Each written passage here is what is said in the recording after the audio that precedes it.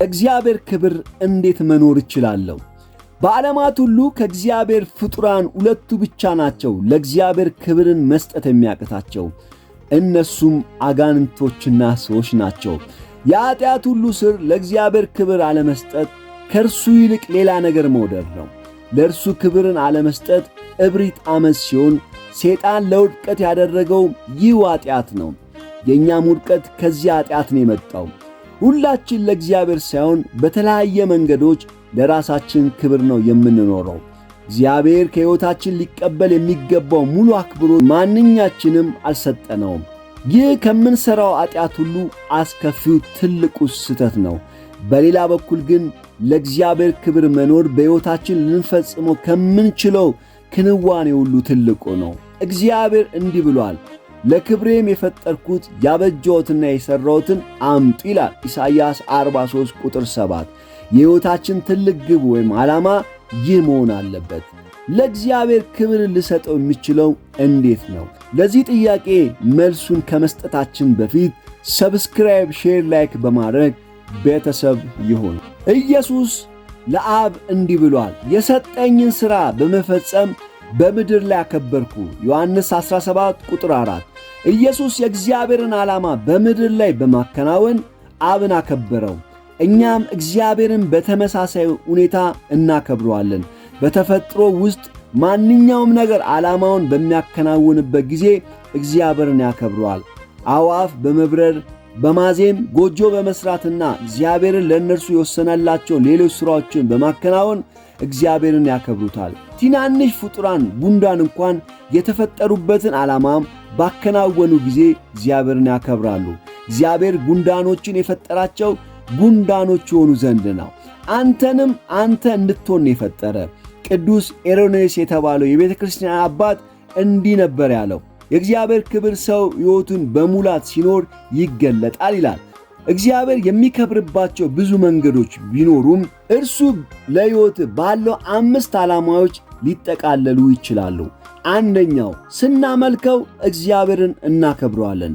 አምልኮ በእግዚአብሔር ፊት የመጀመሪያው ኃላፊነታችን ነው። በእግዚአብሔር ደስ በመሰኘት እናመልከዋለን። C.S. ሌዊስ የተባለ የመጽሐፍ ቅዱስ ምሁር እግዚአብሔር እንድናከብረው ሲያዘን በእርሱ ደስ እንድንሰኝ መጋበዙ ነው ይላል።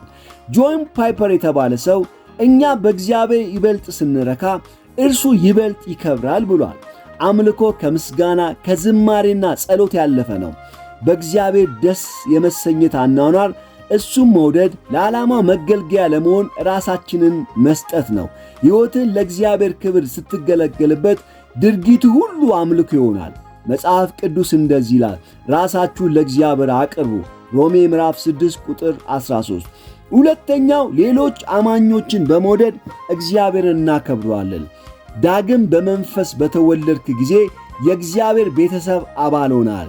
ኢየሱስን መከተል የማመን ጉዳይ ብቻ ሳይሆን የእርሱ ቤተሰብ መሆንና የእግዚአብሔርን ቤተሰብ አባላት መውደድን ይጨምራል። ሐዋርያ ዮሐንስ እንደዚህ ብሏል፣ ወንድሞቻችንን ስለምንወድ ከሞት ወደ ሕይወት እንደተሻገርን እናውቃለን ይላል። አንደኛ ዮሐንስ 3:14። ጳውሎስ ደግሞ እንደዚህ ይላል፣ እንግዲህ በእግዚአብሔር ምስጋና ይሆን ዘንድ ክርስቶስ እንደተቀበላችሁ እርስ በርሳችሁ ተቀባበሉ ይላል። ሮሜ ምዕራፍ 15 ቁጥር 7። እግዚአብሔር እንደሚያፈቅር ማፍቀርን መማር ያንተ ኃላፊነት ነው። ምክንያቱም እግዚአብሔር ፍቅር ስለሆነ ማፍቀር እርሱን ያከብረዋል።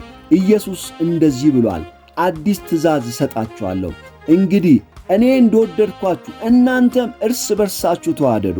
እርስ በርሳችሁ ብትዋደዱ ሰዎች ሁሉ የኔ ደቀ መዝሙር እንደሆናችሁ በዚህ ያውቃሉ ይላል። ዮሐንስ ወንጌል ምዕራፍ 13 ከ34 እስከ 35።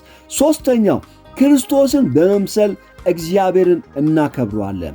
ከመንፈስ ዳግም በመወለድ የእግዚአብሔር ቤተሰብ ከሆንን ወደ መንፈሳዊ ጉልምስና እናድግ ዘንድ እርሱ ይፈልጋል። መንፈሳዊ ጉልምስና ወይም እድገት ምን ይመስላል? መንፈሳዊ ጉልምስና በአስተሳሰብ በስሜትና ድርጊቶቻችን ኢየሱስን መምሰል ነው። የክርስቶስን ባህሪ በሕይወት ባዳበርክ ቁጥር እግዚአብሔርን ይበልጥ ታከብረዋለህ። መጽሐፍ ቅዱስ እንደዚህ ይላል፣ እኛም ሁላችን ባልተሸፈነ ፊት የጌታን ክብር እንደ መስተዋት እያንጸባረቅን የእርሱን መልክ እንድንመስል ከክብር ወደ ክብር እንለወጣለን ይላል 2 ቆሮንቶስ 3:18። ክርስቶስን በተቀበልክ ጊዜ እግዚአብሔር አዲስ ሕይወትና አዲስ ተፈጥሮ ሰጥቷል። በመሆኑም በቀረው ምድራዊ ሕይወት ባህሪን የመለወጡን ሂደት ሊቀጥል ይፈልጋል። መጽሐፍ ቅዱስ ለእግዚአብሔር ክብርና ምስጋና በኢየሱስ ክርስቶስ በኩል በሚገኘው የጽድቅ ፍሬ እንድትሞሉ ነው ይላል ፊልጵስዩስ 1:11። አራተኛው በስጦታዎቻችን ሌሎችን በማገልገል እግዚአብሔር እናከብረዋለን። ሁላችንም ስጦታዎች፣ ችሎታዎች፣ አቅሞች እግዚአብሔር ሰጥቶናል። እንዲህ የተሰራው ወይ ደግሞ እንዲህ የተበጀው በአጋጣሚ አይደለም፣ ለግላዊ ዓላማ አይደለም። እግዚአብሔር ችሎታዎችን የሰጠ ሌሎች ሰዎች ለአንተ ጥቅም ያዋሏቸውን ዘንድ ችሎታዎች እንደተሰጣቸው ሁሉ አንተም የተሰጠ ለሌሎች ጥቅም ይሁኑ ዘንድ ነው። መጽሐፍ ቅዱስ እንደዚህ ይላል፣ እንደ ታማኝ የእግዚአብሔር ልዩ ልዩ ጸጋ መጋቢ እያንዳንዱ ሰው በተቀበለው ጸጋ የጸጋ ስጦታ ሌላውን ያገልግል ይላል። ይህም እግዚአብሔር በኢየሱስ ክርስቶስ አማካይነት እንዲከብር ነው። 1 ጴጥሮስ 4:10። አምስተኛው ስለ እርሱ ለሌሎች በመናገር እግዚአብሔር እናከብረዋለን። እግዚአብሔር ዓላማውና ፍቅሩ ምስጢር እንዲሆን አይፈልግም። እውነትን ከተረዳን በኋላ ያንን ለሌሎች እንድናካፍል ይፈልጋል። ሰዎችን ከኢየሱስ ጋር ማስተዋወቅ፣ ዓላማቸውን ያውቁ ዘንድ መርዳትና ለዘላለማዊ ግባቸው ማዘጋጀት ታላቅ ዕድል ነው። መጽሐፍ ቅዱስ ለብዙ ሰዎች እየደረሰ ያለው ጸጋ ለእግዚአብሔር ክብር ምስጋና ላይ ምስጋናን እንድንጨምር ይህ ሁሉ ለእናንተ ጥቅም ሆኗል ይላል 2 ቆሮንቶስ 4:15 ላይ። ቀሪ ሕይወት ለእግዚአብሔር ክብር መኖር፣ የጉዳዮች ቅድመ ተከተል፣ የጊዜ አጠቃቀምን፣ ከሰዎች ጋር የሚኖር ግንኙነቶች፣ ሌሎችም ጉዳዮች እንድትቀይር ይጠይቃል። ወዳጄ የሕይወት ዋነኛ ዓላማው እግዚአብሔርን ማክበር እንዲሆን በዚህ አጋጣሚ እጋብዛለሁ። መጽሐፍ ቅዱስ እንደዚህ ይላል፣ ያከበሩኝን አከብራለሁ፣ የናቁኝን ማክበሩንም ልኝም ይላል። አመሰግናለሁ። ሰብስክራይብ፣ ሼር፣ ላይክ በማድረግ ቤተሰብ ይሁኑ።